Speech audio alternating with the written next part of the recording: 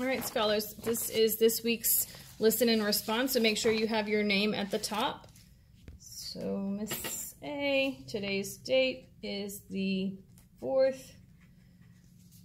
And then we're going to put in the title of our story, green and purple. This week you're doing the rough-faced girl. So you'll write down the title on the title of the story. The rough. Remember, we always capitalize the words in a title. All right, now we're ready to do our next part. It says, as college-ready readers, we always use college-ready sentences, and we always support our ideas with evidence from the text. We need to preview. We always collect clues before we start reading. So we need to look at the front and back covers of the book before we start reading or listening to the story, and then use it to fill in this chart below. So the question here is, what do you think this book is going to be about? Why do you think this? If you notice, I gave you sentence starters. I think this book will be about blank. I think this because blank. Another thing this book might be about is blank. I think this because blank. So let's look at the cover together. So I see a young girl. She's covering her face. I see feathers in her hair, so maybe she's Native American. I see that she has these rags on her arms. They look kind of torn up, and her dress has like cuts in it and stuff. So I'm going to turn it to the back. A strong, distinctive tale with art to match. A splendid read aloud. So that's what people have said about this story, and then it's got this mask. So I'm thinking this might be about a young Native American girl who doesn't have much. I think this because I see her on the cover and her clothes are torn. Okay, so you can copy my first one, so you see just what I did. Now you're going to fill in this next one with your own thoughts about what you think this story might be about. If you copy mine, note you can only have it right here. You cannot have it in both places. So this second idea needs to definitely be your own, or you can have two that are your own. So then we're going to finish reading the story. Let's see what we need to be worried about before we start reading. So it says, characters and setting. Readers know that understanding the characters and setting of a story helps them to better understand what's going on in the story. So I need to list the characters from the story and then what I know about them. I'm also going to be on the lookout for what the setting is of the story and how does the setting match what is happening. So let's go ahead and get started reading and see if we come across anything.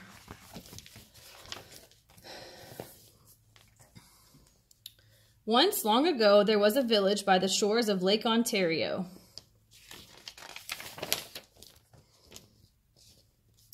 Off from the other wigwams of this village stood one great, huge wigwam.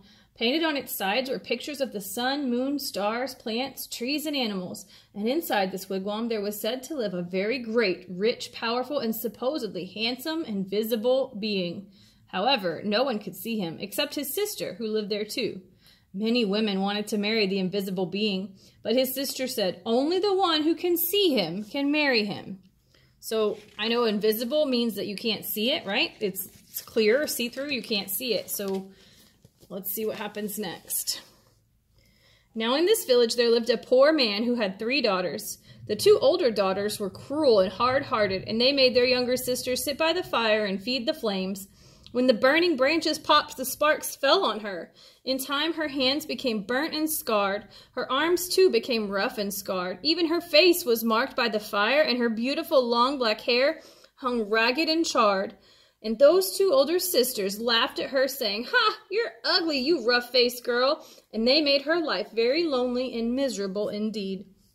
So I'm going to pause here because I have some characters I can add to my list. I have invisible being, and I have his sister. I also have, so the poor man, and he has the rough-faced girl. They haven't told us her name. And then he has the mean sisters. So right off the bat, I can say that the sister of the invisible guy is protective. So I'm going to write over here that she's protective because she only wants someone who can see him to marry him. She doesn't want people who just want him for his money or his like powers or whatever. And I'm going to say that the sisters, they are not nice because they call their sister names and they burn her and they do mean things to her. So what you need to do now is you need to come up with at least one thing for each other character that's on here. And you may not know it right now, but as we go through the story, you'll have some more information and you can come back and add it to this section. So definitely at least 2 dots from each of these questions should be filled out, if not all 3 of them. So make sure you're filling this in, even if I do not, because this week we're starting with our work on our own. Last week I did it for us, remember? But this week we're going to be doing it ourselves. So make sure you're filling it in as we go. And the setting so far, I think the setting is like where they said they lived at Lake Ontario. And it says that they were like a tribe. So they have wigwams, which is like a place where Native American people lived. Now you're going to tell me, how does that match what's happening in the story? Why do you think the author picked this as the setting for what's happening? Think about things like, would you put, if you were writing a story, would you make the setting a swimming pool if you were talking about kids learning how to roller skate? Would you make the setting of taking a really important test at school? Would you make the setting at the mall? So why do you think this author chose to make the setting Lake Ontario in the Indian tribe or Native American tribe? So you go ahead and make your decision and write your answer right here. Let's see what we need to be looking forward to next. Okay, next it wants us to make a prediction. A prediction is when readers guess what might happen next in the story. What do you think might happen next? Why do you think this? Okay, so let's see what happens next, and then we can see when we can make a prediction. There we go. One day, these 2 older sisters went to their father and said, "Father, give us some necklaces. Give us some new buckskin dresses. Give us some pretty beaded moccasins. We're going to marry the invisible being." So their father gave them these things. Dressed in their finest, the 2 girls marched through the village. All the people pointed and stared. "Look at those beautiful girls," they said. "Surely they shall marry the invisible being." And if those 2 girls were proud and hard-hearted before, they were even prouder now. They walked haughtily through the village. At last they came to the wigwam of the invisible being, and there was his sister waiting. So I know it said at the beginning that the father of these girls was very poor. And then his 2 daughters come to him and ask for all these really nice things, and he gives it to them. So I'm going to go back to my section about characters, and next to poor man, I'm going to write like very giving and caring, because he would not have done that if he didn't care about his daughters and want to help them out. So do you see how I went back to this section? Even though we're done with this part for right now, I found something new out and I came back and I added it. I've also noticed these mean sisters, they're not nice, but they're like kind of demanding. So I'm going to put that they're demanding because they made their dad give them stuff, right? They didn't offer to like pay for it, to work for it. They just said, "Give me this. I deserve this." And that's not very kind. All right, let's see. I think we're ready to make a prediction. So we're going to guess what might happen next. So right now, these 2 girls have put on their very finest clothes and they're outside of the invisible being's wigwam, and his sister is standing there waiting. What do you think is something that might happen next is? So something I think might happen next is the sisters will not be able to see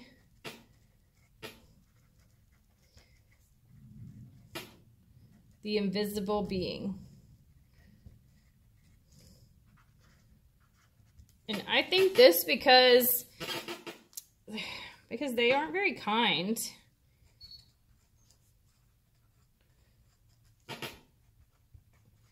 And since they're not kind, they can't see like what's in front of them. They can't see that their father is working so hard and that they don't even care that he's putting in all this effort to take care of them. So if they can't see something that's right in front of them, I don't feel like they're going to be able to see anything that's invisible.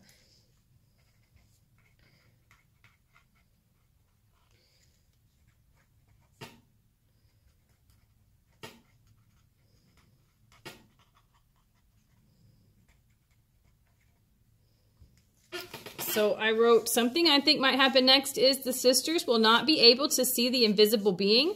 I think this because they are not kind and cannot see how hard their father works, hard.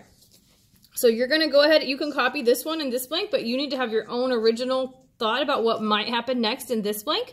So go ahead and pause right here and fill this part in. Once you fill this part in, you can come back and see if your prediction was correct. Let's think ahead to what our next section is going to be. We're going to be visualizing. Remember, the word visualize means to make a movie in my brain so that I can see what's happening and understand it in my head, even if I can't actually see it.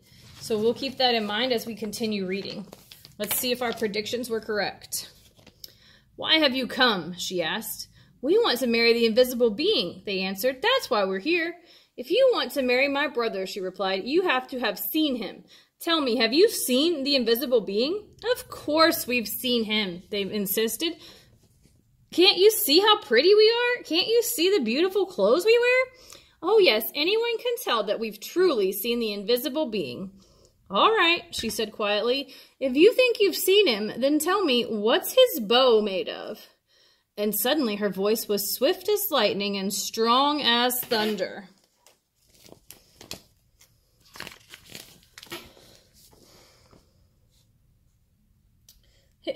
"His bow?" they stammered in surprise. "His bow.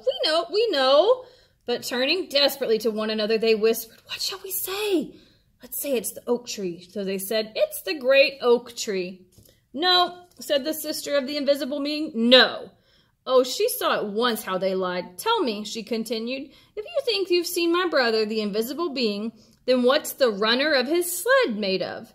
We know, cried those two sisters.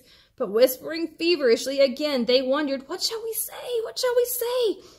Let's say it's the green willow branch." "No," the sister said when she heard. "No, you have not seen my brother. Now go home." "Just test us fairly," they exclaimed. "We've seen him. Just don't ask us all these silly questions." "All right," said the sister of the invisible being. "Come with me." And she took them back to the great wigwam and sat them in the seats furthest from the entrance, the guest seats. Soon they heard footsteps coming along the path. Then something stepped inside. Though they heard breathing, the two sisters still couldn't see a thing.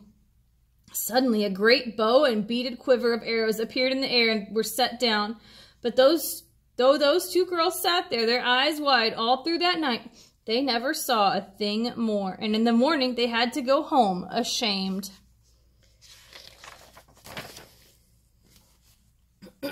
The next day, the rough-faced girl went to her father and said, "Father, may I please have some beads? May I please have a new buckskin dress and some pretty moccasins? I am going to marry the invisible being, for wherever I look, I see his face."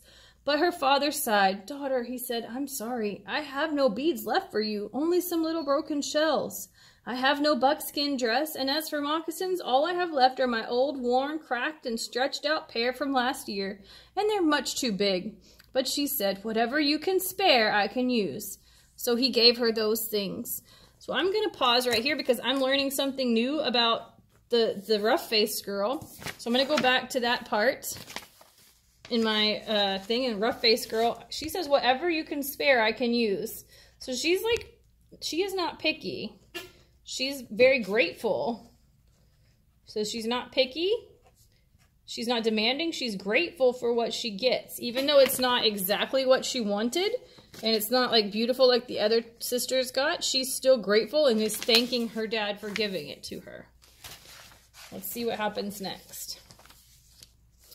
Then she found dried reeds, and taking the little broken shells, she strung a necklace. She stripped birch bark from the dead trees and made a cap, a dress, and leggings.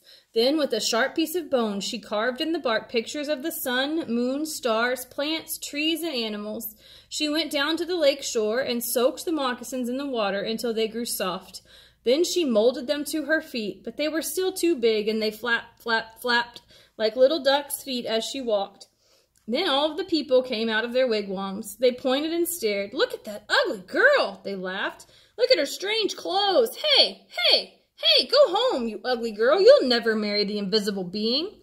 But the rough-faced girl had faith in herself, and she had courage. She didn't turn back. She just kept walking right through the village.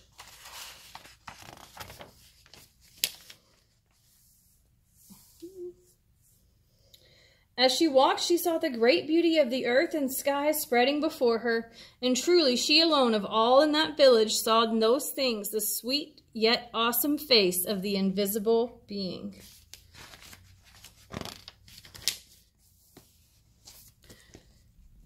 At last she came to the lake shore just as the sun was sinking behind the hills, and the many stars came glittering out like a fiery veil in the darkening sky overhead. And there, standing by the water's edge, was the sister of the invisible being, waiting. Now the sister of the invisible being was a wise woman. When she looked at you, she didn't just see your face or your hair or your clothes. No, when she looked at you, she would look right in the eyes, and she could see all the way down to your heart. And she could tell if you had a good, kind heart or a cold, hard, and cruel one. And when she looked at the rough-faced girl, she saw at once that, though her skin was scarred, her hair burnt, her clothes strange, she had a beautiful, kind heart. And so she welcomed her dearly, saying, "Ah, my sister, why have you come?" And the rough-faced girl replied, "I have come to marry the invisible being." "Ah," said the sister very gently now, "if you want to marry him, you have to have seen him. Tell me, have you seen my brother, the invisible being?" And the rough-faced girl said, "Yes." "All right, then," said the sister, "if you have seen him, tell me, what's his bow made of?" And the rough-faced girl said, "His bow? Why, it is the great curve of the rainbow." "Ah!" exclaimed the sister in excitement. "Tell me," she asked, "if you have seen my brother, the invisible being, what's the runner of his sled made of?" And the rough-faced girl, looking up into the night sky, said, "The runner of his sled? Why, it is the spirit road, the Milky Way of stars that spreads across the sky."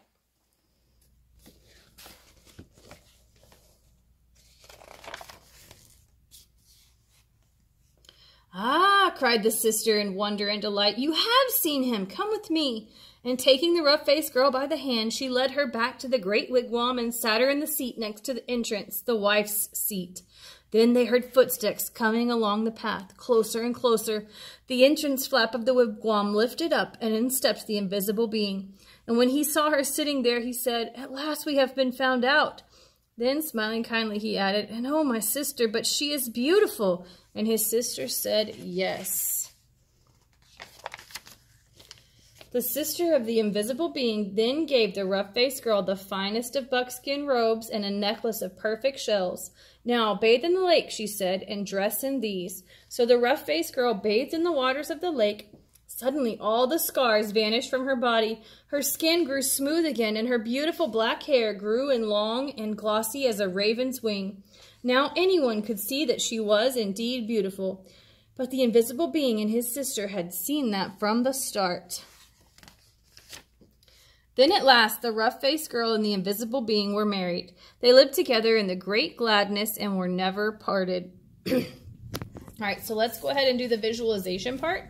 So I'm imagining the part in this story where the rough-faced girl describes the bow of the invisible being. All right, so everybody needs to copy this exactly word for word because everyone's is going to be the same right here. So I'm going to read it out to you again, and then I'll spell it for you. So what you need to have for number 1 for visualize, I'm imagining the part in the story where rough-faced girl describes the bow of the invisible being. So rough, R-O-U-G-H, dash face, F-A-C-E, girl, G-I-R-L, describes, D-E-S-C-R-I-B-E-S, the, T-H-E, bow, B-O-W, of, O-F, the, T-H-E, invisible, I-N-V-I-S-I-B-L-E, being, B-E-I-N-G. So this is the part that everybody is imagining right now. So I'm imagining it looks like, so what do you think this would look like as she was explaining it? Is it beautiful? Is it ugly? Is it scary? Is it, like, what word would you use to describe it is going to go right here. So this is one word. And then you're going to describe what you see. So 3 things to describe this are. So I'm going to read you the part where she describes it again. And you're going to use that to make a mind movie. So she says, his bow, wide as the great curve of the rainbow. So you guys know a bow for like a bow and arrow. It's like the part that you shoot the arrow through.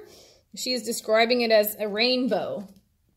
So 3 things to describe this are, rainbows are colorful. So that's how I'm going to say right here. I could see colorful colors. So this is what you would actually see if you were there with them. So now I want you to come up with 2 things that you would see while she's describing this. Then you're going to tell me, I think this part looks like this because, I don't know, you have to take what you've written here at this part and decide what makes you think that that's what it would look like. So like for me, I know rainbows have all of the colors, so that's why I would write here. So I think that that would be something you could write right here. You're going to have to come up with your own reason for why you think the rainbow looks like this. This part is really tricky, and it's okay if you make mistakes. You can ask for help. We can definitely help you with this. You're basically just describing what you're seeing in your brain as you read the words. So when I say it looks like a rainbow, what things come to your brain? All right, let's see what happens next. Now we're ready to summarize. Readers, think about the most important parts of a book. In your own words, give me a summary of the story you just listened to. So the story, title of the story goes here. So I'm going to write The Rough Face Girl. Talks about the characters. So invisible being, rough face girl, mean sisters. Or mean sisters, yeah, because the dad wasn't mean. Okay? So then now you're telling me in the beginning of the story, blah, blah, blah happened. Then in the middle of the story, blah, blah, blah happened. And at the end of the story, blah, blah, blah, blah, blah was fixed. And everybody lives happily ever after. Tell me what happens. You're telling me the most important parts. You're not telling me the entire story. You're just giving me the main things. Once you finish that, you're going to come down to the blog. You're picking one of these options to answer as a question on Google Classroom. So you open up Google Classroom and do a new post. You're either picking Making Connections or Story Continued. You just have to do one or the other. So if you pick Making Connections, you're thinking about how does this remind you of something that you've experienced in your own life, or if you've seen it on a movie or read it in a book. And then you're going to tell me Making Connections to the Rough Face Girl. A connection I have to the Rough Face Girl is this happened, blank happened in the book, blank happened to me. These are similar because blank. So that's what you would write right here if you choose to do this one. If you choose to do Story Continued, you would type the Rough Face Girl Continued. So after they've gotten married and they've never parted, what is going to happen? Are they going to have babies? Are they going to move away? Are they going to do something to the sisters since they lied? Like, you're telling me what happens next. So you would say something like, Rough Face Girl Continued. After their wedding, the Rough Face Girl and the invisible being, blah, blah, blah, blah, blah. So that's what you would do here. So you pick one or the other. You do not have to do both, and you're typing this in Google Classroom. If you need help, you can raise a hand. We can help you with this. If you've completed this assignment, make sure your name is at the top, because if you don't have a name on it, I can't give you credit. Then you can either turn it into me, or you can put it in the drawer number for your grade. And then you need to move to any outstanding work that you haven't finished. You could go to Lexia, or you could read a book.